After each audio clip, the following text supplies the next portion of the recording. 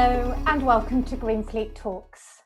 My name is Kate Armitage and I'm your host for our discussion today. Today, GreenFleet talks SME fleet operations, and I'm delighted to be joined today by Lee Brown, Head of OZone and Finance Director of Interactive Fleet Management at the Grosvenor Group. Our focus for today is driving cost efficiency at a time when operating processes are rapidly changing. And faced with increasing uncertainty, Lee is here to offer cost-saving advice for all types of SME fleets, both leased and outright owned fleets. Hello, Lee. By way of introduction, can you tell me a bit more about the Grosvenor Group and your role as Finance Director of Interactive Fleet Management? Yes, I can. So the Grosvenor Group are the UK's largest privately owned leasing and fleet management company. It's primarily made up of two organisations: Grosvenor Leasing, who are primarily a contract hire and leasing company, and Interactive Fleet Management, who by name really can be concluded they are a fleet management company. So within the group we offer a full holistic fleet service. So we can offer all funding methods and all services encompassed under fleet management. So whether that be maintenance management, grey fleet, licence checks, and so on. We cover pretty much every base there is to cover within fleet management. I also head up our OZone products as well, which is a consultancy-based product aimed at helping our customers and prospects as well, in some cases, green up their fleet, if you like. So it's really there to support businesses that are looking to embrace the ultra-low emission phenomenon, if you like. Thank you for that introduction, Lee. It looks like we've got a lot of ground to cover there. It's GreenFleet Talks SMEs, and I think it could be that SMEs are the worst affected financially by the coronavirus. In terms of SMEs making their fleet more cost effective and efficient, what advice would you give? I guess the first thing businesses should probably consider now, probably more so than ever, is their travel requirements. I think once you've ascertained, what vehicles you need to fulfil your business requirements, then I think it's time for the usual questions, which is how do we source these vehicles? Do we fund them? Do we purchase them? Do we go with maintenance, without maintenance? What manufacturers we use? I mean, there's lots of ways in which companies can generate savings. I guess immediate savings are relatively straightforward. Introducing more stringent maintenance controls, looking to reduce business mileage, of course. That's something that I think we've all sort of done, whether it be consciously or unconsciously, through the lockdown. I think longer term savings, like I mentioned, I think it's a case of reviewing your vehicle requirements and or your travel requirements. I think looking at alternative fuels is a great way of saving money. I think battery electric vehicles, plug-in hybrid vehicles, can generate savings through Class 1A cost reductions or avoidance. And depending on the mileages that drivers are covering, can generate huge savings in fuel as well. I mean, electric vehicles are being touted around at cost about 4 pence per mile. Well, compared to a standard petrol or diesel vehicle, which costs around 15 pence per mile to run. I mean, there's quite clearly savings to be made there. In these really difficult times when a lot of staff have been furloughed and some of those staff may not be returning to the workforce, there may be a situation where SMEs have surplus vehicles. What practical advice can you give those SMEs? Um, well, no, nobody wants to see companies in that position where they're having to make redundancies and return vehicles, or certainly have surplus vehicles. We don't want to see it as a provider, and I'm sure they don't want to see it themselves. So it's worst case scenario, but there are steps that companies can take to try to make sure that savings from that situation are maximised. I guess if particularly if it's known that there's likely to be a reduced mileage for a particular vehicle, while it's sort of off-road, awaiting reallocation or whatever, we'd always recommend, particularly if it's a leased vehicle, that you get in touch with your leasing company to get the contract rewritten to a lower mileage, because that will reduce your monthly rental. So costs can be reduced there. If a vehicle surplus, you could retain it as a pool vehicle. Again, trying to avoid the early termination costs, which particularly with a leased vehicle, they will be incurred. So if you can retain it as a pool vehicle, and potentially reduce your short-term hire costs, if you do know that you have quite a high short-term hire vehicle requirement, then of course retaining lease vehicles as a pool vehicle can save you money there. And if you do have to return the vehicle to the lease company, we would always recommend you try to reallocate before early terminate. And what I mean by that is, if it's a newer vehicle, look to reallocate that to another driver and return a vehicle that's closer to the original lease expiry date. Okay. Really to keep the termination costs down. So there's quite a few very practical things there that fleets can do. You mentioned, Lee, service and maintenance and repair costs and those things arguably take up a lot of time for SMEs. How can those things be managed more effectively? The simple answer is probably to outsource it. Yeah, I mean, I guess most SMEs don't have a dedicated fleet manager. Some do. There are some SMEs out there with large fleets and can afford to employ someone full time to do it, but the majority don't. And and really on that basis, I would recommend that if the fleet's being managed by somebody in HR, or perhaps procurement, or finance, or whatever, that doesn't really have a lot of maintenance experience particularly, it should really be, it's worth considering outsourcing it. I mean, obviously being a director for a fleet management company, it's easy for me to recommend this, but no, I think it's genuine. I mean, particularly with IFM, we're sort of fortunate in that we are, we're owned by a leasing company, and we have a shared resource. So particularly with us, our sort of pay-as-you-go or maintenance managed vehicles, if you like, are treated exactly the same way as the Grosvenor budgeted maintenance vehicles. And what that means is that from Grosvenor's perspective, it's critical to them to keep maintenance costs to a minimum, because that obviously increases their earnings potential. So for them, it's all about keeping maintenance costs down. And like I say, our sort of maintenance managed vehicles within IFM, where we manage maintenance on a pay-as-you-go basis, is managed in exactly the same way, and it's all about cost reduction, cost savings. You get access to the same service network, or our preferred network of 20,000 repair centres across the UK, where we've negotiated preferential rates and discounts. It's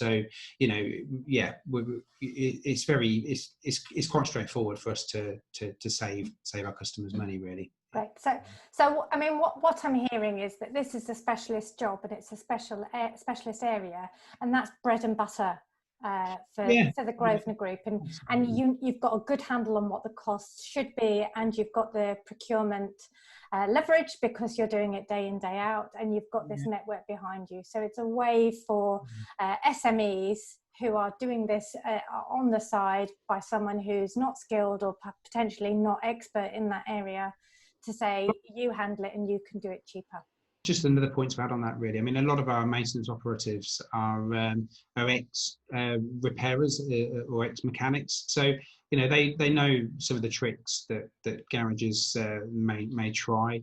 And like you mentioned, they know what work's required and when it's required. And another thing as well, which is perhaps slipped under the radar, is downtime management as well. While vehicles are off the road for service and repair and maintenance work, typically companies will be sourcing a short-term hire vehicle at £20-30 a day, or Right. perhaps commitments are not met. So another bread and butter part of their job, if you like, is ensuring that downtime is managed and vehicles are back on the road as quickly as possible. And we have a system that they use to monitor that. Something that there's a couple of things that I've here referred to with regards to these maintenance contracts. So you've got this pay on use and then budgeted maintenance. Can you just explain the difference to me? Yeah, so I mean, pay on use is kind of as it says on the tin, as Romsey would say. I mean, what that means is that you pay for service and maintenance and repair costs as and when they're incurred. So, if you take a brand new vehicle, typically, if until you hit sort of 15-20,000 miles, you probably won't have any maintenance costs at all until you hit the first service or the first set of tyres. So what it means is that you will have zero maintenance costs if you're on pay as you go or pay on use maintenance arrangement. If you have budgeted maintenance or fully insured maintenance, what it means is that you pay a monthly premium or a monthly fee to the lease company, and they then pay for the maintenance as and when it's incurred. So that gives you the sort of peace of mind and simple budgeting, in as much that that the maintenance cost for a particular vehicle could be £70, £60 per month or whatever, and unless there's any damage or accidental or driver error maintenance costs incurred, the maintenance costs don't fluctuate. But whereas with pay on use, if you do have a head gasket or a new engine or gearbox, something very expensive, unfortunately, you are then hit with that rather large cost. Okay, so the budgeted maintenance basically kind of insulates that business from any big bills, gives them a bit more predictability about their cash flow. Yeah, great, absolutely. Thank you. Lee, SMEs could be put off by the upfront costs of purchasing EVs and workplace charging. What advice would you give them? Well, it's quite simple, really. I mean, yes, the upfront costs are more for an electric vehicle, and like you say, they do require, particularly with full electric vehicles, they will require some form of charge point to be installed at either the driver's home address or at the workplace. So yes, that is true. However, there's huge savings that apply to low emission battery electric and plug-in hybrid vehicles in Class 1A national insurance. Battery electric vehicles or full electric vehicles, there's no benefit in kind tax and no employers Class 1A national insurance until April next year, and then it only increases to 1% the year after, and then it's held at 2% for the next 3 years. So from a benefit in kind perspective, they're very, very low cost. Also, they don't qualify for the lease rental restriction, unlike vehicles with a higher CO2 over 110 to be exact. And again, so that increases the costs, and of course fuel as well. Battery electric vehicles, they cost around 4p per mile to run versus a combustion engine, which would be probably nearer 15p per mile to run. So there's fuel savings there as well. So they shouldn't really be considered just on the upfront or just the lease cost. I think it's important to look at the total, or in the industry, the whole life cost. because it's because yeah, it's not really a fair comparison to compare just the upfront cost. Right.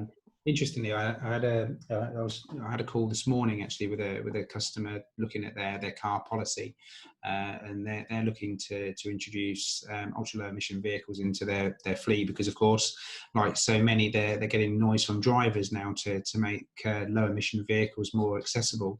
And based on their parameters, we identified that a BMW i3 costs pretty much the same as a Ford Focus 1 litre petrol Z-Tech in whole life costs. So despite the the P11D of the BMW i3 being £15,000 more, and also the rental being £120, £130 a month more, on a whole life cost perspective, the whole life costs are pretty much the same. So so that's why we would always encourage, and why we are actively, in dialogue with many customers at the moment about changing their car policy, and introducing these low emission vehicles. Perfectly. I mean, that's such a great story, because 5 years ago, we were talking about company car drivers having to downgrade if they wanted to get an electric vehicle within their car band.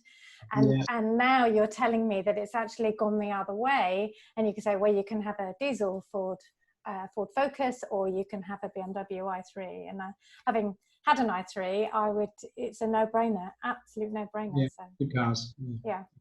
And just, can always talk about EVs, but what EVs have you got on your books? I mean, we've got, I imagine, at least one or two of everything. I mean, we've got obviously the more popular Nissan Leafs, BMW i3s, and obviously Tesla as well is growing in popularity. I mean, the Jaguar I-Pace, I had the luck of driving one of those a few weeks ago. That's a great car. We've got a couple of Porsche Taycans on the fleet, so a right mixed bag. There's I think we've got a couple of the vans on there now as well. There's a couple of electric vans that are either on order or they've gone live recently. So yeah, I mean, like the majority of the leasing companies in the industry, our electric fleet is growing quite quickly, really. And that's reflected in the fact that you've now got your OZone team, who are dedicated EV specialists. Yeah. So yeah, and there's been huge amounts of noise recently about the increase in benefit in kind costs, and like I said earlier, really the upward demand from drivers to make these low emission vehicles more accessible, because it's the car policy and company cars is still a huge part of any remuneration package, and it's probably the second most important after the basic salary. So our OZone team, there to help companies introduce these low emission vehicles. In recognition of that, we're growing it, and I feel like most of my life these days is spent on OZone based projects, because so many customers now want to introduce these vehicles onto their policy. I'm pleased to hear that. Well, it really is. We've got time for one last question, Lee. What staff transport policies should SMEs put in place now that lockdown has eased, but the pandemic is still in circulation?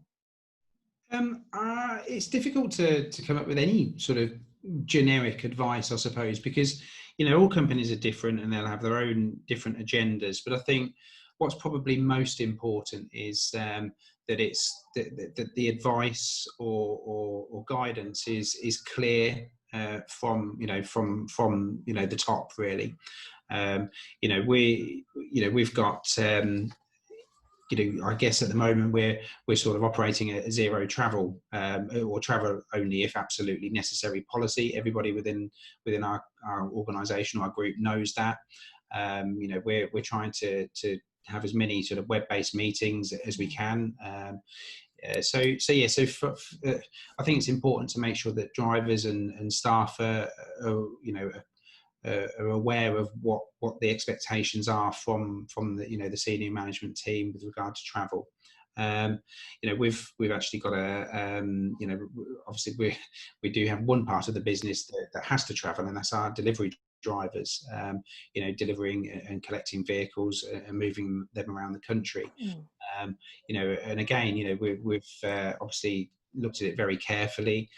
We've put them through some, you know, proper training. We've got a video that's on our website that we use to sort of give customers peace of mind that we take it seriously and professionally, and make sure that the vehicles are delivered completely decontaminated and safe to drive. And you know, I think, you know, little things like that. You know, perhaps, you know, I know it's probably more specific to us, but I think it does give customers that peace of mind. And I think it's important for any business to communicate to their, you know, customers and suppliers and other business partners, you know, what their guidance is on travel. Thank you, Lee.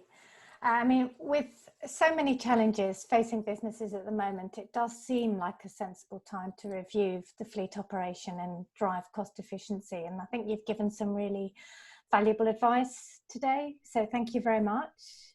That's about all we've got time for.